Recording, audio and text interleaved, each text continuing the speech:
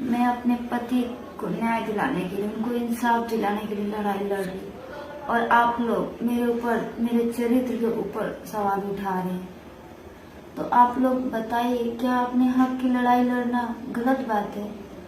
मैंने अपना बॉयफ्रेंड नहीं खोया है जो आप लोग इस तरह बोल रहे हैं। मैंने अपना पति खोया है।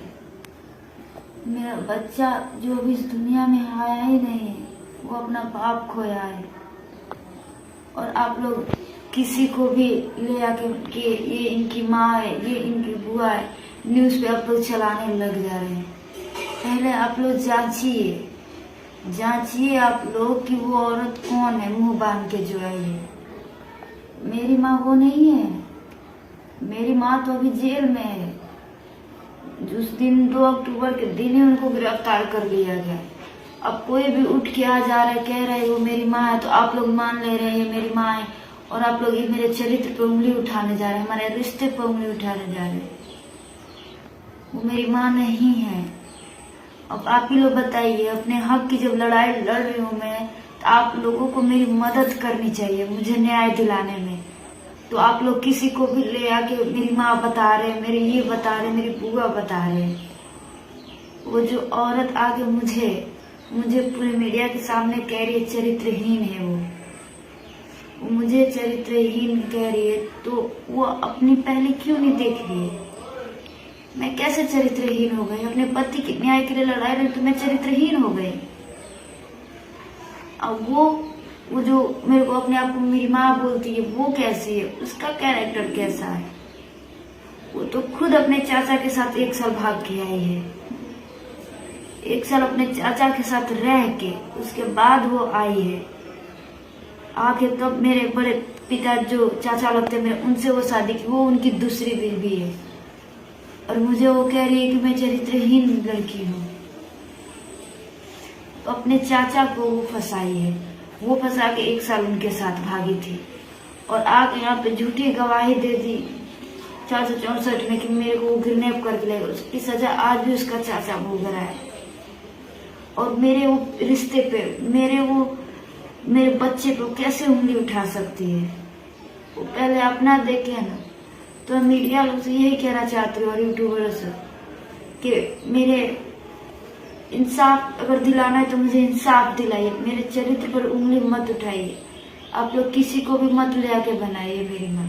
वो औरत जो मुंह बांध के मीडिया पे कह रही है कि मेरे पति समाज के लिए गंदे थे, मैं रखेल थी उनकी।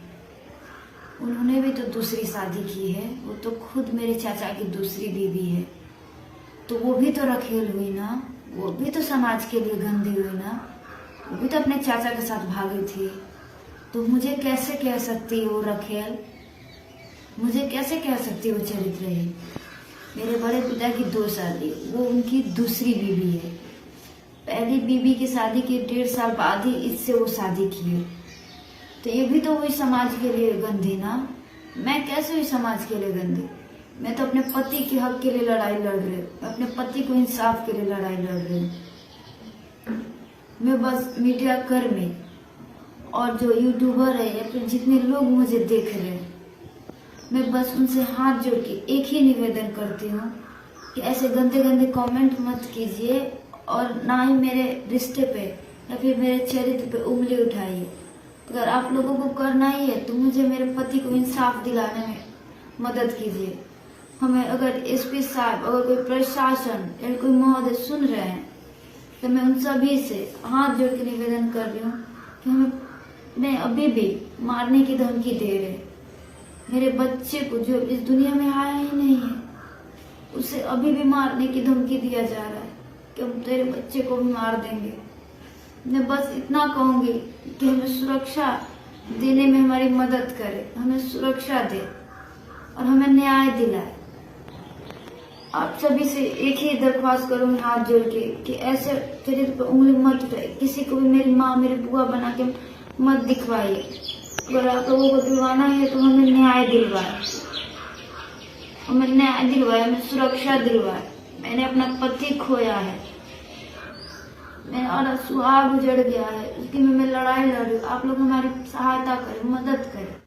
करके मैं एसपी साहब, प्रशासन या फिर हमारे मुख्यमंत्री, जो भी हमारे बड़े नेता है, वो अगर इस वीडियो को देख रहे हैं तो मैं उन सभी से हाथ जोड़ के विनती करती हूँ कि अभी भी मेरी जान पे खतरा है, अभी भी मेरे बच्चे की जान पे खतरा है। पति को तो मेरे मार ही दिए है सब, लेकिन अभी तक कोई नहीं पकड़ा है। मैं उन सभी से हाथ जोड़ के निवेदन करती हूँ कि मुझे सुरक्षा दे। आए दिन वो हमें धमकी दे रहे, आए दिन वो फायरिंग कर रहे कि हमने तुम्हारे लड़के को मार दिया, तुम उस बच्चे को और उस लड़की को मार दो, वरना हम सभी को मार देंगे। तो जितने भी प्रशासन, एसपी साहब, मुख्यमंत्री, नेतागण जो मुझे देख रहे हैं, तो मैं सभी से हाथ जोड़ के एक ही निवेदन करूंगी कि सबसे पहले तो मुझे सुरक्षा दे और उन सभी को जल्द से जल्द गिरफ्तार करे, क्योंकि सभी अभी तक फरार है और सब मारने की धमकी दे रहे हैं।